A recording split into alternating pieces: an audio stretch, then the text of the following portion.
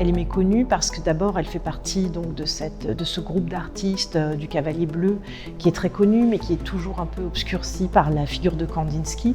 Donc là, au Musée d'Art Moderne de Paris, on s'est dit que c'était un peu le tour de Gabriele Münter de pouvoir être découverte.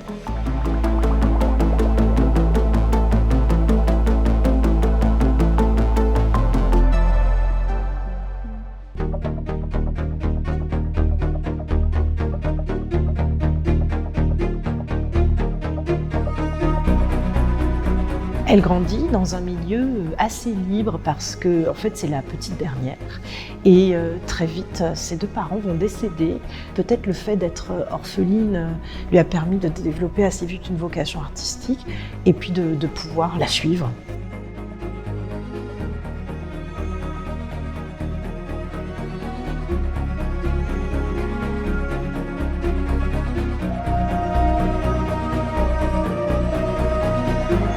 Je crois que c'est dû au décès de leur mère, cette volonté d'aller revoir leur famille aux États-Unis, puisque comme leur mère était née là-bas, c'était aussi, je pense, un espace de liberté.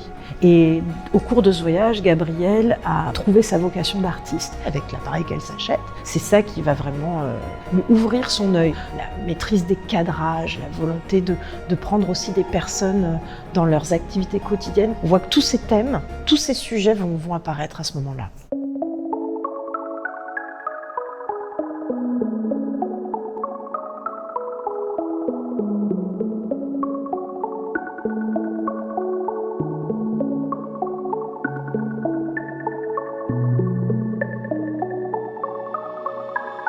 Kandinsky a l'habitude d'organiser des stages de plein air, elle va y participer. Là, ils vont vraiment se rencontrer. Je crois que là, c'est presque, on peut parler d'un alter ego dans la rencontre entre Münter et Kandinsky à ce stade. Je pense que c'est pour ça que la rencontre évolue très vite vers une relation. C'est que pour un artiste de la trempe de Kandinsky, qui s'est aussi découvert artiste tard, ce besoin d'émulation, d'évolution va être permanent avec elle.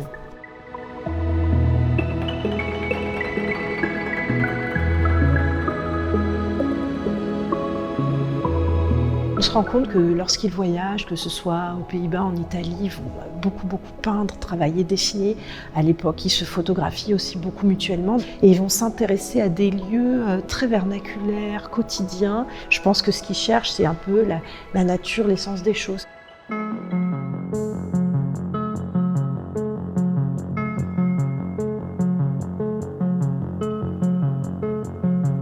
Kandinsky, il va avoir le besoin de se mettre en retrait, de s'éloigner un peu. C'est peut-être aussi un peu leur histoire qui bat de l'aile. Quant à Münter, elle va avoir besoin d'absorber la découverte des avant-gardes, notamment les Fauves, qui ont fait scandale un an avant au Salon d'automne. Donc elle va se former à la Grande Chaumière, elle va exposer pour la toute première fois de sa carrière sous son nom au Salon d'automne et le Salon des Indépendants.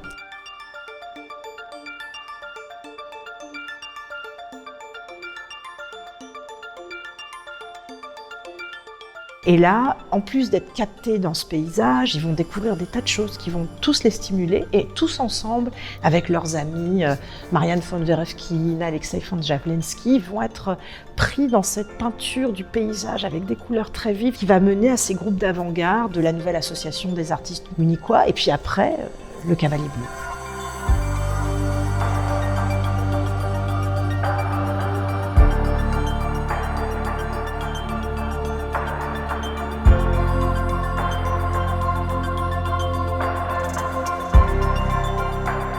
Le Cavalier Bleu, c'est vraiment un groupe théorique et artistique très fort avec une ambition spirituelle assez démesurée, puisque l'idée c'est qu'il faut que le spirituel doit primer sur tout et l'artiste doit mettre son esprit dans sa peinture et sa peinture doit aussi éveiller l'esprit des autres. Ça doit toucher toutes les formes d'art et ce qui est vraiment encore plus extraordinaire venant de Münter, c'est qu'elle va même jusqu'à recopier ou interpréter des dessins réalisés par des enfants. C'est reconnaître que les enfants ont des choses à nous apprendre, donc c'est vrai que c'est une démarche qui est très très originale de sa part.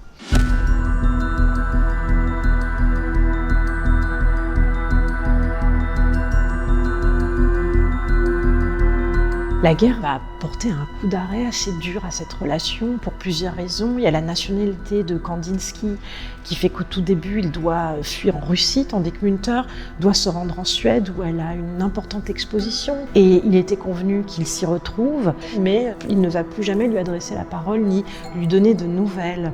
Et elle ne découvrira que très longtemps après la guerre qu'en fait il s'est remarié en Russie, il a rencontré une autre femme, donc pour elle ça va être assez dur à ce moment-là et elle ne réussira à avoir de nouvelles que au début des années 20.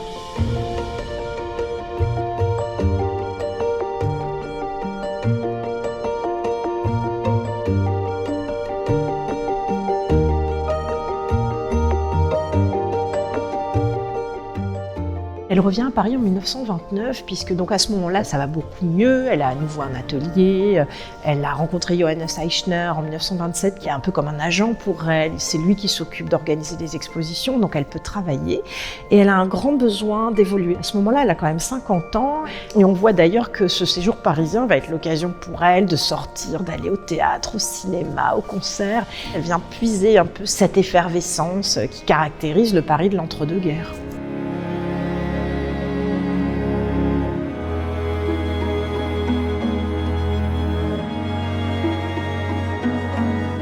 Ces portraits de femmes montrent des femmes avec une personnalité très très forte. Je pense que c'est un écho à la liberté, la personnalité également très forte qu'était Münter.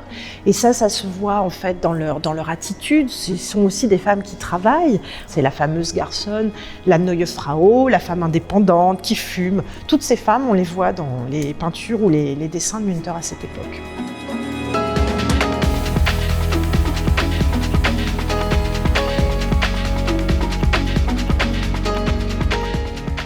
Effectivement, elle a quand même participé à l'instigation de sa galerie, qui était elle une pro-nazie, à cette exposition de propagande sur les routes d'Adolf Hitler dans l'art.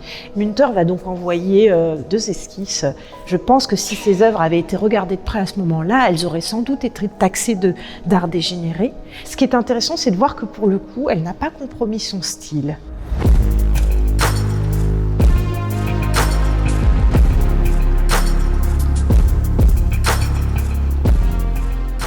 Quand l'Allemagne a énoncé les lois qui évoquaient les saisies d'art dégénéré, toutes les œuvres qu'elle a conservées de Kandinsky, qui lui en a laissé énormément, ses œuvres à elle, et puis des œuvres de ses autres amis du Cavalier Bleu. Elle prend la décision de les cacher dans le sous-sol de sa maison de Murnau. Et quand elle a eu l'opportunité, parce qu'elle était très proche du musée d'Ulen Bauhaus à Munich, ce trésor-là, elle l'a transmis au public et aujourd'hui, c'est grâce à toute cette sauvegarde qu'on peut voir de très belles expositions de Gabriel Münter, mais aussi de Kandinsky, de Franz Marc et même de Paul Klee.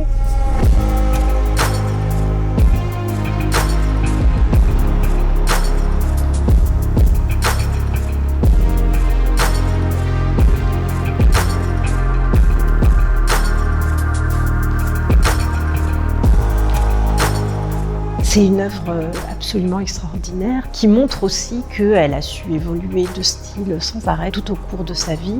Et ce que j'aime bien, c'est que dans ce tableau, il y a les couleurs un peu clés qu'elle a depuis toujours, ce bleu très intense. Il y a un arbre qui ressemble réduit à une feuille verte.